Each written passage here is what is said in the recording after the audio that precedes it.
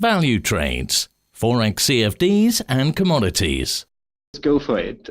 So welcome everybody to this webinar on the 22nd of November 2017 for Valutrades. My name is Malte Kaub, and today we are being joined by George Puttner, who has a very, very interesting story to share, and I'm quite confident that we can hear more of him in the future. Welcome, George. Thank you. So the title we've picked for this presentation today, and I think it's very fitting to our special guest that we have tonight, I'm quite excited about that, is how to overcome fear and greed in your trading. And George, no doubt, will tell you a little bit about himself. I was privileged enough to meet him at some point in kind of my trading career, and he's given me some very, very valuable advice from a poker player perspective. Who would have thought? So I learned a lot from him on bankroll management and also trading psychology. So I could think of nobody else who's better suited to talk about this issue or this topic. Before we go into any detail, let me just share a risk disclaimer with you. As you hopefully all know, trading CFDs and leveraged FX means that you can lose the invested capital. These are leveraged positions. The leverage can be a real problem. You can lose all your invested capital very quickly.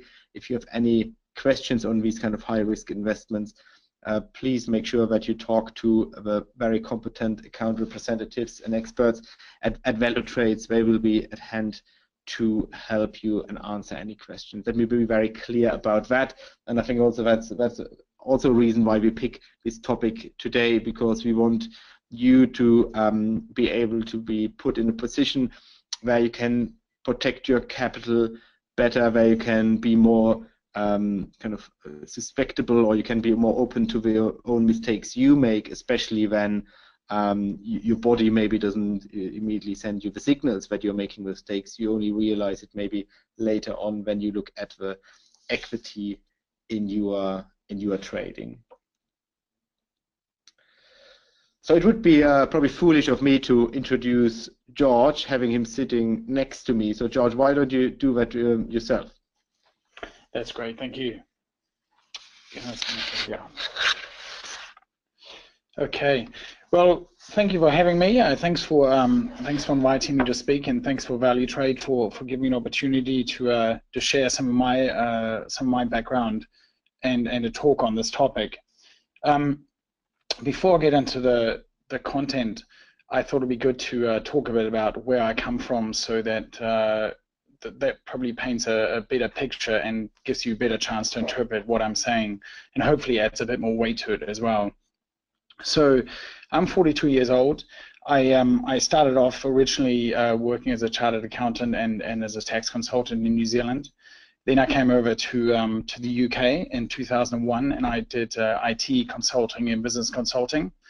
And then around 2007, totally unplanned, I got involved. I wrote in here that I played poker professionally, but what I actually did is I got involved in becoming what people call an advantage player. So I put a person who plays casino games where you're playing against the casino and you're beating the house, so to speak.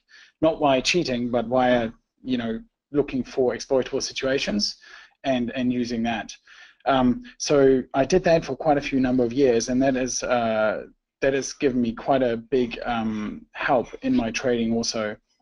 I moved into trading full-time in 2013, and initially, I mean, I had done some trading work before in prior years, and at some point I had actually completely given up on it, but I decided to give it another go thanks to the things I learned from the casino experience. And those things that I learned there were basically how to manage your, as Malte said before, how to manage your bankroll, how to manage risk, how to understand how probability impacts on your trading, how to understand that you need to have an edge in your trading. So I saw a lot of similarities between trading and between the casino games, and that's why I decided to come back to trading. And I've always liked with playing with numbers and probabilities, and I try and integrate that into my trading as well. Since coming back in 2013, I've kept a blog of my trading journey. So I've got the URL is trickortrade.com with hyphens in there, and there's around 700 blog posts on there already. So there's a lot you can read. Some are good quality, some are not so good quality. The later ones tend to be better. So feel free to go on there and have a look yourself. And in terms of my trading, I've traded a range of instruments, strategies, and timeframes. I guess any person who starts off trading full time will go through a raft of things that they try. So hopefully that gives you enough of my background before I get into the content. Which is the next page. All right. So the outline of this the webinar. There's basically 4 sections. The first one, I wanted to talk about some real-life examples of fear and greed in trading. The second one, we will look at where, in a trading context, fear and greed are likely to come from. If we know where it comes from, then we're in a better position to do something about it. The next step I will look at is talking about a lot of practical steps for how to tackle fear and greed. That's quite a lot of hard work, and there's a lot of detail in there. Some of the things that I mentioned may surprise you, and you may also be surprised at what are some of the things that I don't talk about. And normally when people hear the topics fear and greed, they think trading psychology and going senior trading psychologist. I'm not going to be talking about that at all, because initially that's not what you need to, well, in my opinion, what you need to really focus on. So you might be surprised at some of the content in there. In the last part, where I bring in quite a bit of the casino background, and this is something you might not hear too often, I'm going to look at what are good breeding grounds for fear and greed. So I'm basically using reverse psychology there. I'm saying what conditions are good for cultivating fear and greed, because if you're aware of those and then avoid those, then you should be able to avoid fear and greed in your trading. And I'm illustrating that by comparing the daily life of a blackjack professional, someone who plays against the casino, versus a poker professional, somebody who plays against other poker players. So hopefully they'll be quite interesting for you.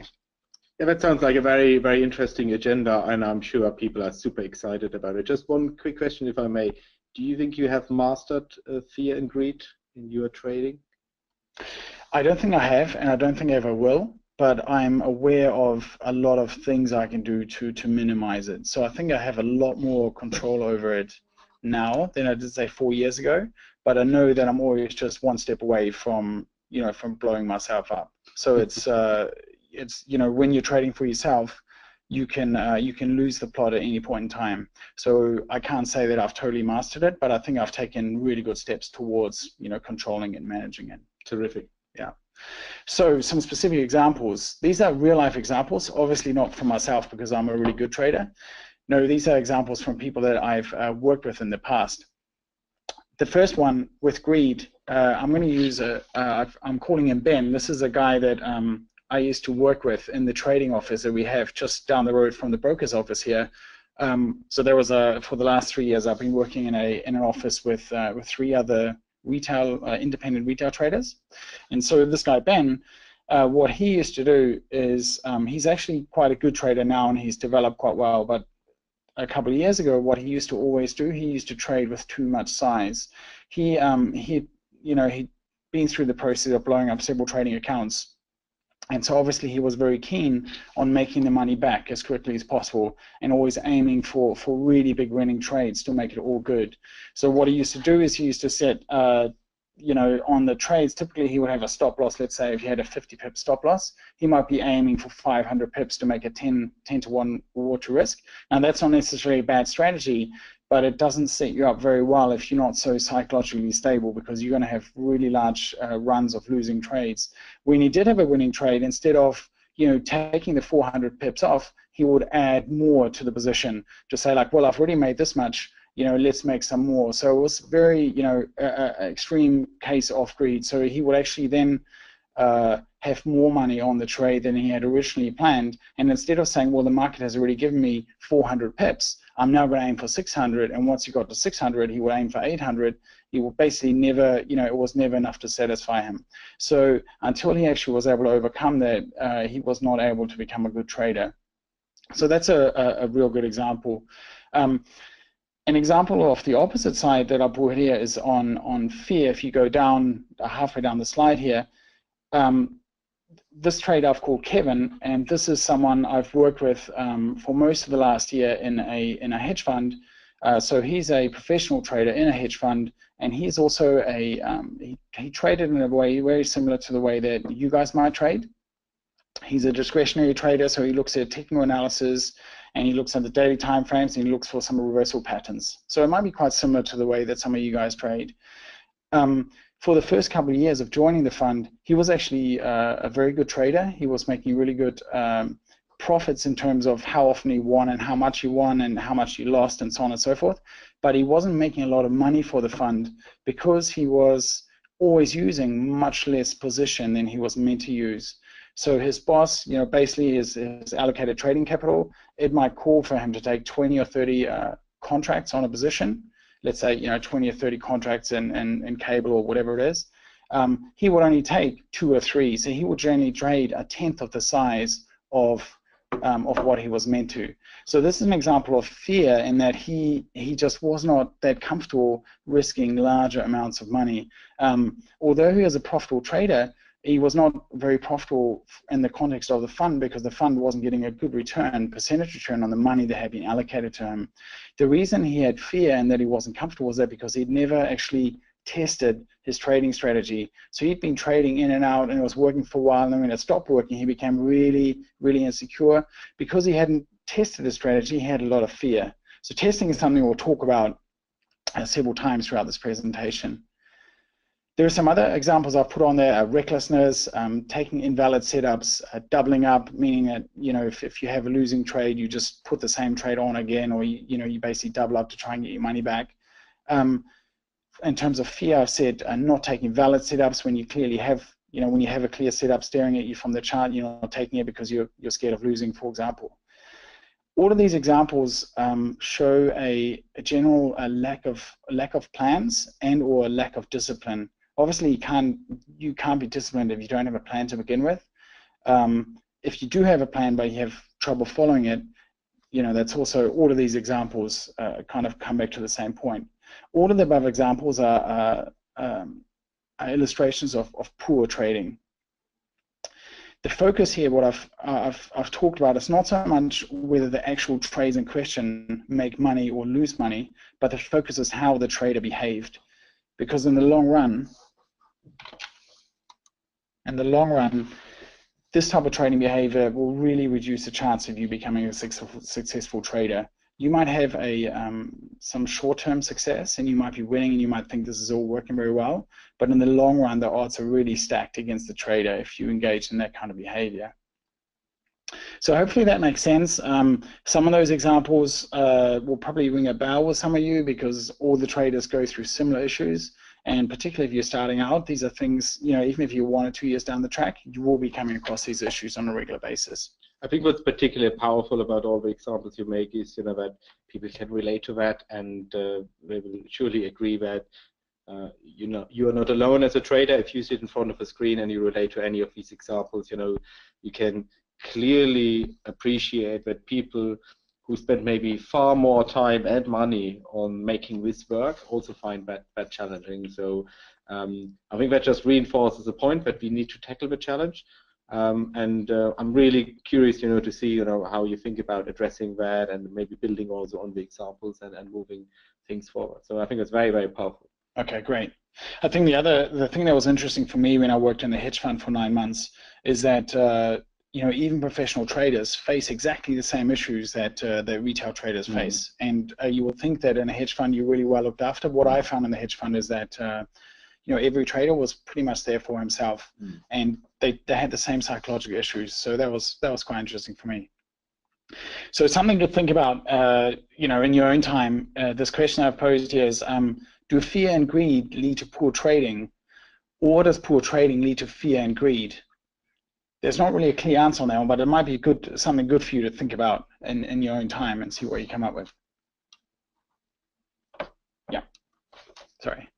So in order to spot fear and greed, it can be quite difficult to spot in real time. So in order for me, what I've done to minimize fear and greed over time is I have end of day reviews. So whenever I finish I trade, I start at 7 o'clock in the morning and I might finish at 5 or 6 in the evening. At the end of the day, I will have a review where I say to myself, did I trade properly? Where did I trade poorly? Where did I trade well? And this is the first time where I will quickly recognize whether greed and fear are starting to present themselves in my trading behavior. If you don't do this, then you can have issues or symptoms being undetected for quite a long period of time, and obviously that will delay anything you do to address it. So it's very important. Sometimes it is difficult to spot in real time. You might have colleagues, if you have trading colleagues or trading buddies, to make you aware of these things. But even then, it's very important that you keep good records, and not just of your trading statistics and so on, but of your behavior, what you did and what you did wrong, so that you can see what issues you might be running into. So the main point from this one is you need to have some processes in place, some review process, so you can actually be aware that you're committing some mistakes.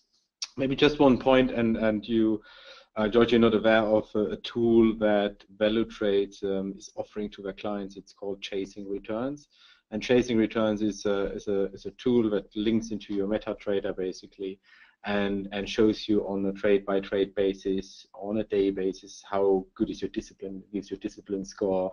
It shows you have you executed within your risk parameters, has your psychological edge.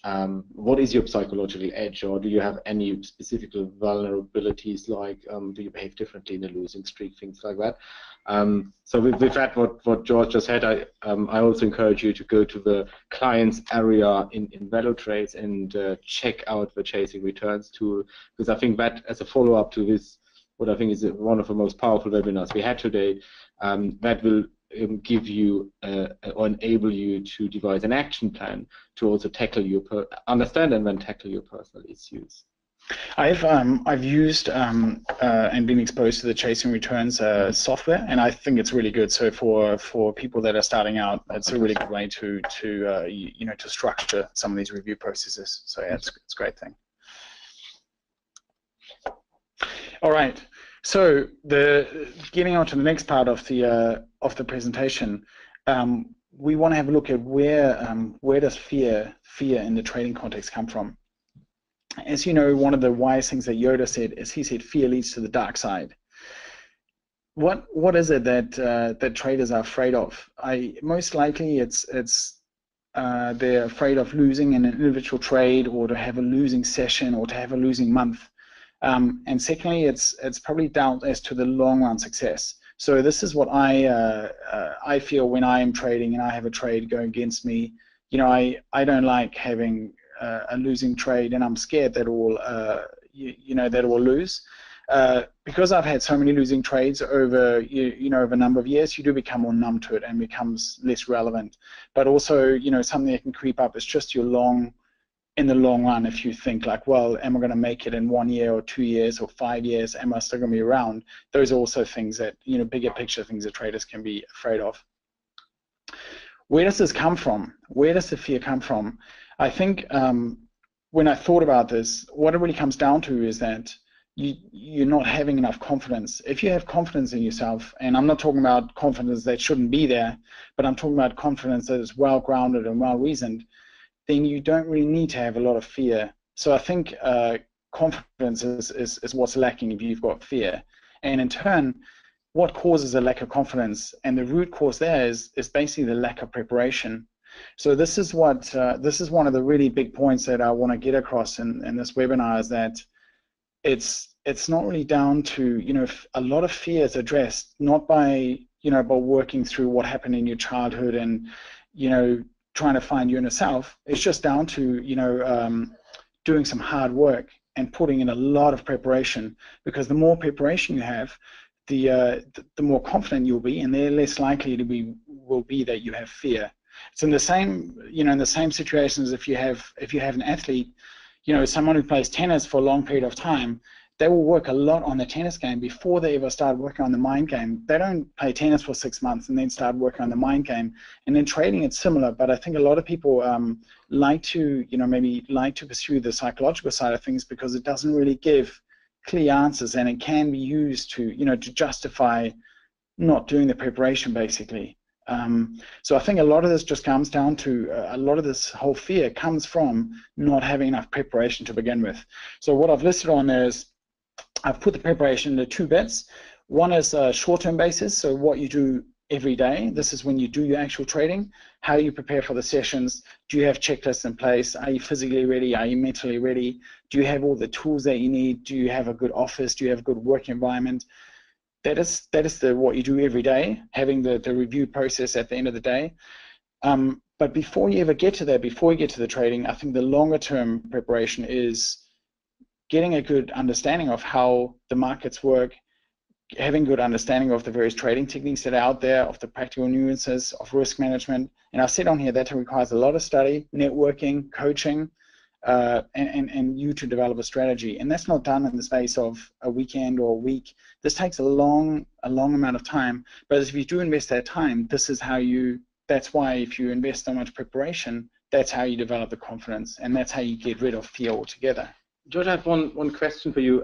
As we started talking about fear, you mentioned that over the years you become a bit more numb to losing trades.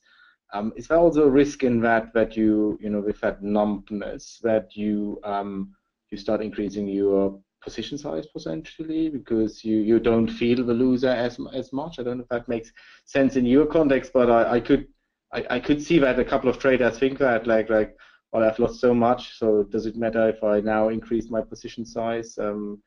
I will potentially blow up, but then maybe just accelerates the unavoidable, just to exaggerate a little bit. Right. So that's a good question, and this is something dangerous that could happen. It's something obviously that you wouldn't want to happen. Yeah. I think that comes back to having a good understanding of your money and risk management, and having clear rules in place as to what is the most that you should be, risking on any one trade or on any one session, or how much of a drawdown should you allow yourself. And you need to decide all these things up front, not in the moment. That would mitigate the risk of that happening, what you said. I've not had the experience where the numbness led to me increasing the position size, but it is something that's a danger. It's a good point. Okay. So I think the way to mitigate that is to have your risk management, your money management rules well laid out in advance. Okay. Yeah. So maybe as a side note, as a tip for the listeners here, if you want to purchase a book, why don't you look at I think it's called Trading in the Zone from Mark Douglas, and in the end he talks about that as well. He comes up with the 7 rules of being consistently profitable or successful in a market. And one element or one rule he talks about is that before you enter the market, you completely accept the risk of the trade, right? And you know exactly what kind of risk you enter into the market and where you would exit the market. I think that clarity and the rules, I think I hear it from all professional traders, is a key rule to be successful. So maybe you want to take a note if you listen to this webinar. In terms of the numbness, this is where something from the casino side has really come in. Mm-hmm. When you when you're trading for yourself, depending on what your trading style is, you might have, I don't know, if you're trading part time, you might have 10 trades a month or something like that. If you're trading full time, you might have 20 trades a week or something like that. When you're playing blackjack, I was playing maybe 200 hands an hour, 250 hands an hour of blackjack, because most of the time I was playing by myself against a dealer. So you're making, not necessarily every bet that you make is one individual trade, but your sample size is massive. So you would have, let's say after 100 hours of play, you would have played 20,000 hands of blackjack. So losing any individual hand doesn't really matter to you too much, because you win one, you lose one, you win one, you lose one. So it really doesn't matter too much. Again, there you can get the thing where you don't look at individual hands, but you look at sessions. You say, well, I played at this casino and this casino and this casino. This week I had 20 sessions. I had only 4 winning sessions and 16 losing ones. That also can hurt.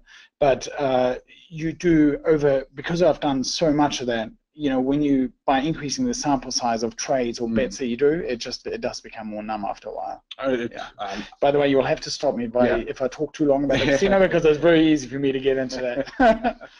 I think we probably have more opportunities in the future than to expand on this even more. But I do know that traders want to hear about this. So it's a great topic. And I'm still scared about the number. If I get the numbers right, sometimes you have more than 3 hands or plays or games in a minute.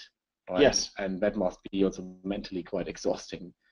Yeah, actually, it's a lot easier than trading. Is it? It's a lot easier than trading, because you just learn what to do, and it becomes quite robotic, so to speak.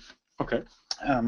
Yeah, and so one of the things that also helps with fear and greed is just being aware of in the same way that you have a casino game, you know what your expectations are, that you're going to win this many and lose this many. When the lose actually happens, you know that that's just part of what you've chosen to do. So if you've got a trading strategy and you've got a 50% win rate, then 50% of the time you are going to lose. So just having one loser, it shouldn't really get under your skin. So if you get to grips with that concept, it will probably help you in your development as a trader.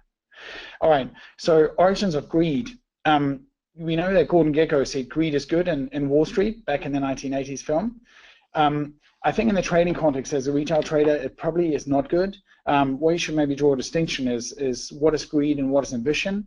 I think greed is something where something that you really want very badly, but you're not really willing to put in the effort that's required in order to get it, compared to ambition, where you say, I really want something, what do I have to do for it, what are my plans, what do I have to do, and then you go on about and you do all the hard work. So I think that's where I will draw a distinction. What I've put in red there is the main point with greed. Is I think what greed is it comes from having unrealistic expectations from your trading. So I think many people get into trading thinking that they can make a lot of money, and often in a short amount of time. It's something they don't have to, as opposed to another profession, they don't actually have to do a qualification, they don't have to study for 2 or 3 years in order to do it. They can do it from anywhere, it's easy money, or even as a side income. What they might not consider is how much work is required, and they just don't know that at the beginning. How do you develop realistic expectations? That's what I'm going to talk about now. I'm just going to skip to that because I think we're a bit short on time. So what I'll do is, if you go back one, that's it. Great. So in terms of unrealistic expectations, I don't know where you guys get your expectations from as to what you can make from trading. I guess you can find things online, or you get a lot of advertisements from people who are selling the services. It's difficult to use those as benchmarks. The reason being is that when even somebody that you know that is telling you the truth, when they're saying they make, I don't know, let's just pull a figure, let's say they make 80% per year from their trading, you don't know how much time they put in on a daily basis, and can you put in the same amount of time? Are they trading full-time? Can you trade full-time? How much capital do they have? How much technology do they have?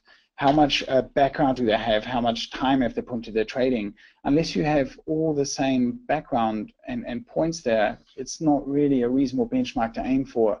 So it's good to be aware of those things, but you need to really drill down into the details.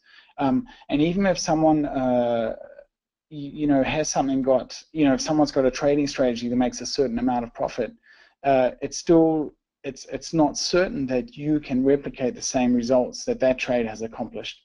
So you need to really ask yourself, how much time are you able to give to your trading?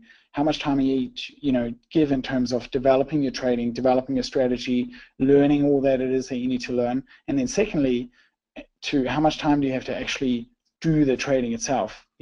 Sitting at your desk, putting on trades, managing positions, looking for setups. So those are two different things. You need to answer those things first. So you need to know how much time do you have, how much available trading capital do you have, and then you need to figure out, you need to find a trading strategy that you need to backtest and find out what a realistic expectation is. So I've put 2 examples here of of typical trading strategies. The first one is for someone that is they might have a full-time job and they just trade on a part-time basis. When I say part-time basis, what I'm thinking here is that you would spend an hour to an hour and a half per day, in the evening, and maybe 3 or 4 hours at least on the weekend, in order to this is after you've done all the preparation work to actually to learn everything you need to know about trading. This is just looking for setups, managing trades, putting trades on. So you might have a trend following strategy on a daily time frame on 30 currency pairs, and you trade, from your back testing, you find that you have 10 setups per month. With this win rate I've put there, 40% and 2-to-1 risk reward ratio, risking 1% a trade, you will make around 24% per annum, if the strategy testing you've done is actually indicative of your final results, and if you follow the strategy to the letter when you actually trade. So if you've got a trading capital of £20,000, you would then expect to return £5,000. That kind of anchors what you should be aiming for. In £5,000, that's £100 a week, and then you've got to ask yourself, is that worth your time? So it's important to have some of these figures in mind. Those are figures that are based on looking at how much time you have available, how much trading capital you have available, what trading strategy you have, what stats you have, and then that gives you a well-grounded, well-reasoned return figure, and that's something you can aim for. When you have a realistic expectation like that, it's much less likely that you're going to be greedy in your trading. You're not going to be shooting for the skies, because you know that if you're making, in this case here, if you're making 0.5% a week, that means you're on target. Mm-hmm. Yeah. So the second strategy there, I've just skipped over, that's fine. Yeah. So I've put another strategy there. How did I arrive at these figures, or how would you arrive at these figures generally? You get there through thorough and well-planned testing.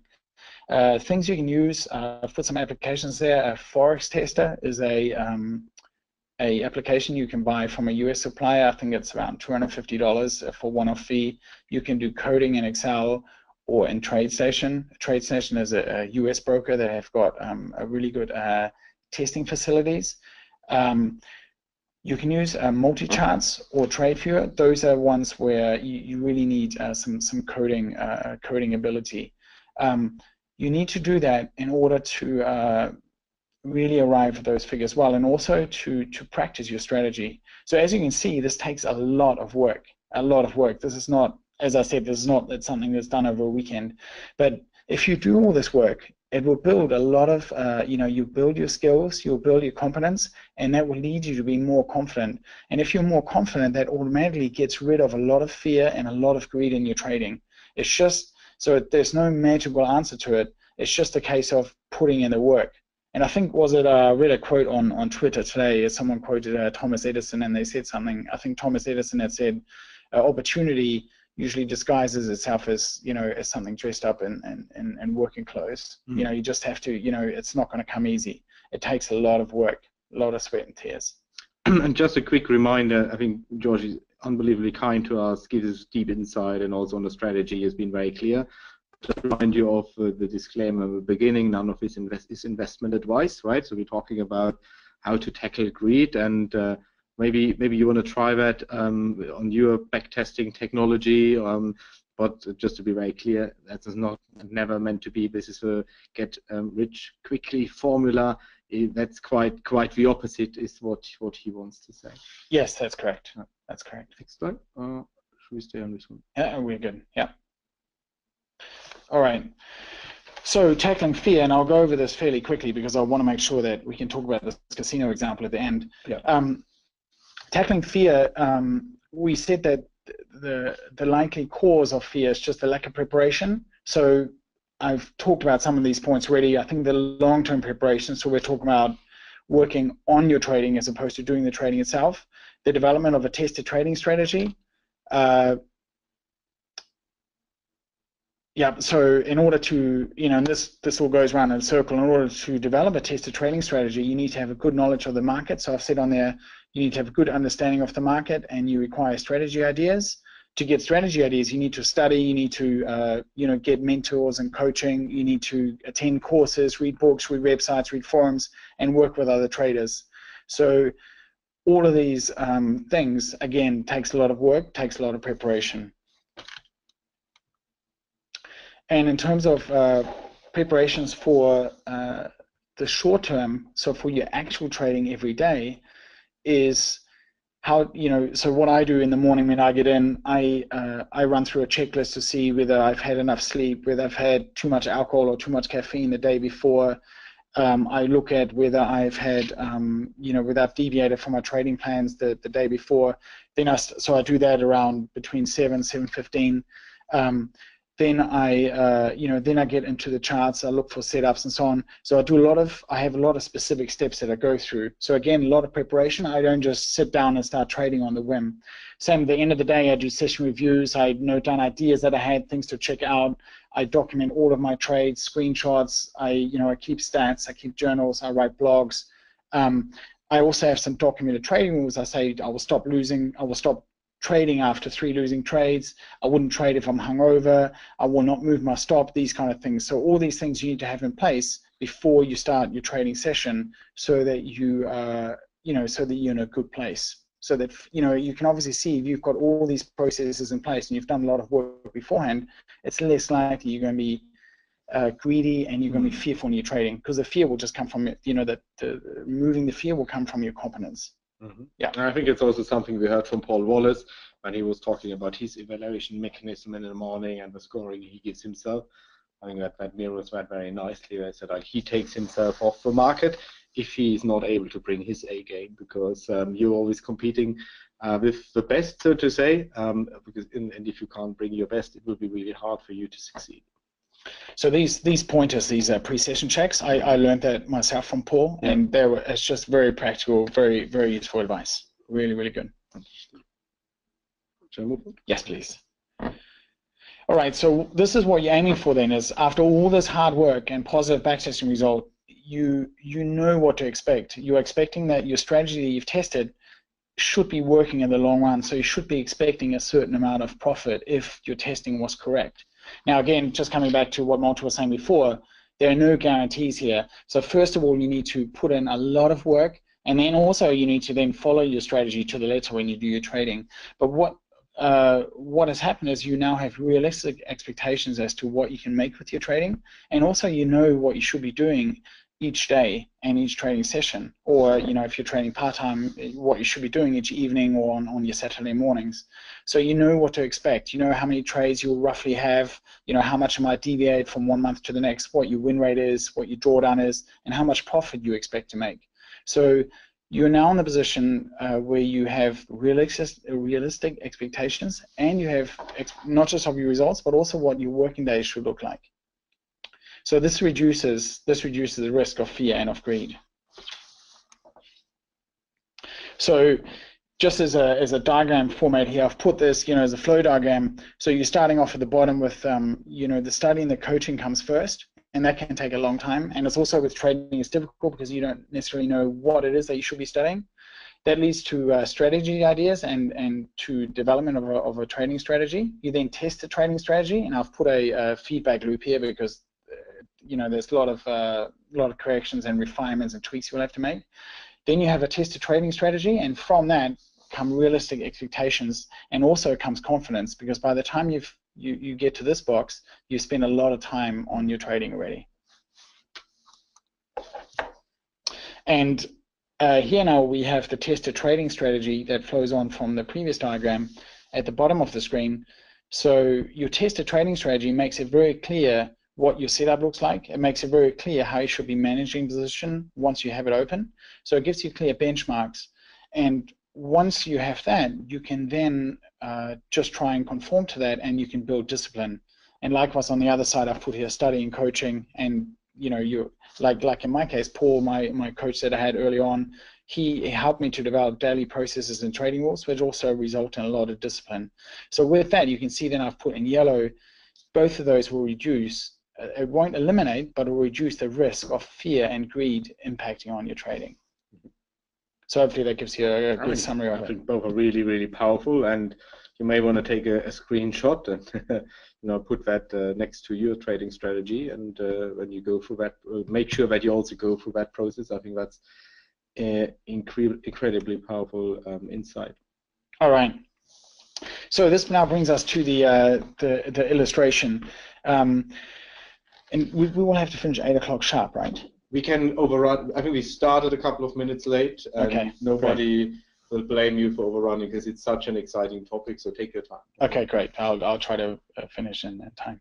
So what I've done here is I wanted to illustrate some of these points that I've talked about by by taking you inside some of the casino games, I guess I should say.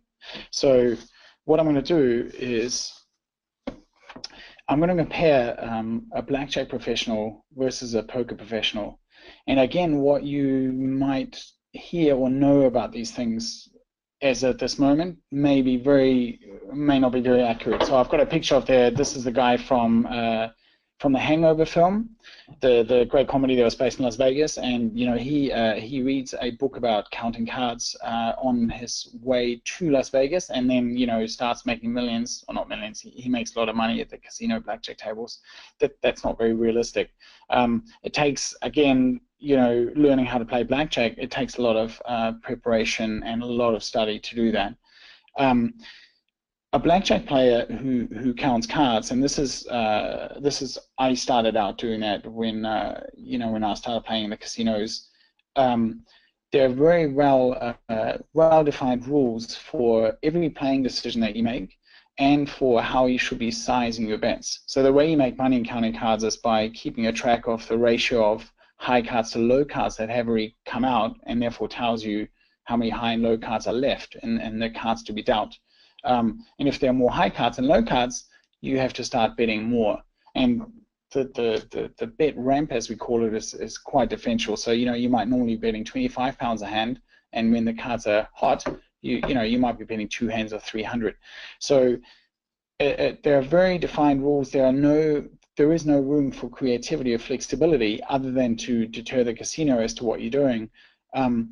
For every decision, there is an optimal play that you can determine through closed mathematical models, and you can have these mathematical models because all the rules in the games are fixed. The casino says when they've got 17, they will stop taking cards. When they've got less than 17, they will take another card. So these and also the payouts, they're completely fixed. So it's very regimented, very structured. Now, I've had sessions when I was playing where I was losing, where I was losing a lot of money, and I think these days I have less of an anger issue, but certainly those days I had quite a temper issue. So I would, get up and slam the table and actually swear, and this wasn't actually put on for show. It just naturally came out of me. But all that never once influenced me in changing the decisions that I was meant to make. So I always kept the count in my head, and I always knew what I should be doing next. So although it looked like it to the casino, because a professional player shouldn't be losing their temper, it looked quite good, and that it looked like I was actually a real punter. It never impacted on my decisions because it was very clear what I was meant to be doing. So if you take that back to the trading context, if you have got very clear rules as to what you should be doing, you will only enter the trade, you will only enter into this instrument if you have A, B, and C. Well, either you have A, B, and C and you enter the trade, or you don't have A, B, and C and you don't enter the trade. If you don't have those kind of rules, you're much more vulnerable to be influenced by how you're feeling at that time. You'll be influenced by fear, by greed, and also by other emotions. So the more structure and the more rules that you have around your trading, the less vulnerable you are to to emotional risks. So that's a blackjack player like this has got he or she plays within very confined rules, and provided they've done their homework and they've done a lot of practice, they can just keep on following those rules almost like a robot. Compare that to a poker professional. And a poker professional, a poker professional generally they always play against other people, whereas the blackjack player, although there are other people at the blackjack table, you're always playing against the casino. A poker professional plays against other players, so immediately this becomes more difficult to model compared to blackjack because you never know how another person is going to play their cards. Poker professionals are aware of probabilities of playing opening hands of their opening 2 cards, but they have to adjust depending on the opponents that they're playing. How many people are sitting at the table? Are they playing a cash game? Are they playing a tournament? Is their opponent playing tightly or are they playing loosely? So they have to adjust for all these conditions. So they can be creative and they can be more flexible. So because of that, you can imagine that they are more suspect to being influenced by emotional factors in their game. So if they don't bring their A game to their table, they're more likely to suffer than if a blackjack player doesn't bring their A game to the table. Because for a blackjack player, it's a lot easier to follow the rules. For the poker pro, reading somebody else, which is more like a soft skill, is much more difficult to do. If you are in your trading, if you are the more of a discretionary trader that you are, so by discretionary we mean, you do your trading manually and you look at the chart and you decide what you look at technical analysis or whatever and you decide what your setup is. The more flexible your setup is, the more likely you're going to be influenced by emotions and by greed. Like at the moment, the way that I'm trading, it's quite regimented. It is manual and it is discretionary, but it is quite rule-based. So even though if I'm somewhat tired, it's a lot easier for me to apply my trading strategy than compared to when I was trading a couple of years ago. Also, a couple of years ago I was trading on the 5-minute time frame. Now I'm trading on the 4-hour time frame on the daily time frame. If you're trading on the higher time frames, you're much less likely to be, to make really quick decisions.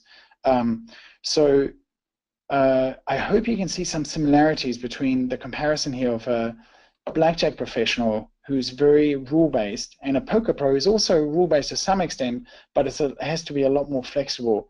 So in the same way, what I'm trying to say is, the more flexibility and the more undocumented things you have in your trading endeavor, the higher the risk that you'll be influenced by fear and greed and by other emotions. And I can tell you that I have here on my kind of personal feed, I have a couple of participants who listen to this webinar, and especially playing poker seems to be very popular with traders. So they're actually very, very excited about what you're saying about, especially the poker part and the complexities the poker play brings with itself, and that seems to relate quite well to what a lot of people do in trading. Okay, great. There is quite a lot of overlap between people who were professional gamblers who then come to Wall Street. Not so much in seriousness, not so much the other way around. The reason why professional gamblers go to Wall Street is because the amount of capital is bigger. So in the casino, you're limited by by table limits and by how much you can take, and also once you've been identified as a good player, the casino won't let you play anymore.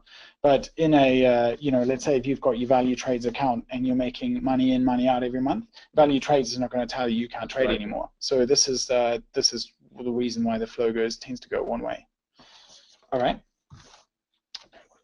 7 minutes. Okay. Yep. So I've actually already talked about through some of these points. So the question is, which player has more discretion? So it's the poker player that's got more discretion. Which player is more exposed to fear and greed in their playing? Again, the poker player. And how does the poker blackjack comparison relate to the trading context? So I've just, we've just talked through that already. So this is something maybe also you can take a screenshot at it and just put next to you. You are less exposed to fear in trading if you have a clear and tested trading strategy, if you've got well-documented processes for the individual trading sessions, if you've got documented rules and checklists, if you've got reasonable and realistic expectations, and if you're more prepared. So this is, if you follow these things, these steps, along with others probably, you're less likely to be exposed to fear in trading. You can still, like at the beginning you asked me, have I totally mastered it? You are still exposed to it, but you're much more likely to be able to handle it. Yeah. Now, the other side of the coin is, if you wanted to cultivate fear and greed, if you really want to, if you want to put yourself in the position where you're very influenced by emotions and you're trading by fear and by greed, I've made a typo on the slide that should say to fear and to greed. So if you wanted to if you want to maximize the exposure, then what you should do is trade without a clear and tested trading strategy. So literally just sit down and start trading what you see on the chart. Trading without well-documented processes for each session. Don't worry about documented rules and checklists. Have unrealistic expectations, or basically just have expectations that you're probably not aware that they're unrealistic, but just have expectations that have not been researched. And try to prepare as little as possible for individual trading sessions, and don't invest in your trading skill set. These are pretty much the opposite of what I had on the previous page. If this is the type of behavior you engage in, you will find that you will be influenced by fear and greed tremendously, and you're not going to have a lot of fun. You may have a short-term success, but in the long run, you know, I can guarantee that you won't make it. That's the only guarantee I can give, I guess, in the session. Yeah. Okay. That's interesting. Also quite counterintuitive. That's why I really like it. Cultivate fear and greed to learn from it. I think I've never seen that articulated in that way. I think that's and a lot of that is just also based from you know, from our own experience. So a lot of this is the school of hard knocks. So, and you know, I'm talking about this and sharing all these things, but in no way am I saying you know, I've never had these issues or that I no longer have these issues. All I'm saying is that I've seen some of these and experienced a lot of these things, and so I'm just trying to share some of the lessons I've learned in the way that maybe you can cut your road a little bit shorter, and it can save you some time. And it's up to you whether you take heed of these things that I'm saying or not. But it's basically, you know, it's a mix of things that I've read, but then also just seen firsthand in my own trading. So just a word on trading psychology, and you actually mentioned trading in the zone earlier. So it's quite possible that you know, when you saw the seminar, a webinar advertised, you might have been expecting an in-depth discussion of some of the psychology issues in that book, and I guess I haven't done that. So for me, what I've found is that, you know, a lot of, you know, first steps first, or the 80-20 rule, a lot of the fear and greed can be addressed by doing a lot more preparation. So if you've gone and done a lot of research, and you've really learned your markets that you trade, and you've developed a strategy, and you have all your processes in place, at that point, then you can start to look at some of your psychology issues. Prior to that, it's probably just too early. I mean, there's no harm in reading it, but you can probably benefit a lot more just by working on your trading, rather than you know, by looking at these deep psychological issues. Of course, what could happen is that you know, beliefs or issues that you have, it may well impact on your ability to get the hard work done, you know, in terms of having motivation every day, and having the willpower and for the endurance that is required. So of course yes, for that you might want to see a psychologist, but in terms of deeper trading psychology issues, they might just come further down the road. So like I said, here's a lot of the emotional trading issues can be mitigated just by hard work and by preparation. And again, I mentioned this before with the tennis game. How much can you work on your tennis game before you really need to hire a performance coach or a sports psychologist? Yeah. And then the last bit I put in yellow down there is, remember, the more flexibility in your trading rules or in your trading endeavors, the higher the risk of adverse fear and greed influences. Yeah. Again, I think very, very powerful points, you know, and very succinctly put on one page. Another one where I can recommend you take a screenshot and just maybe reflect in the evening over these kind of aspects and dimensions and how we relate to your trading. Especially the one in the middle around the trading coach. Again, we talked about chasing returns as a technology. That could be a trading coach to start with, but Paul Wallace, who also does a lot of webinars for Valutrades, is also available for coaching. And at some point, I also had my coach, you George, use Paul as your coach. I think it's quite important to get some outside help to get to the next level, right? Yes. Yes. So somebody like Paul, I think, you know, I think Paul has got. I always love sitting down with Paul and just looking at charts, and he sees so many things on the chart that I just don't see. So you know, from a technical angle, you know, I think he's really, really good. But I've noticed that with a lot of the coaching that Paul has done with me, a lot of it focused on these soft issues.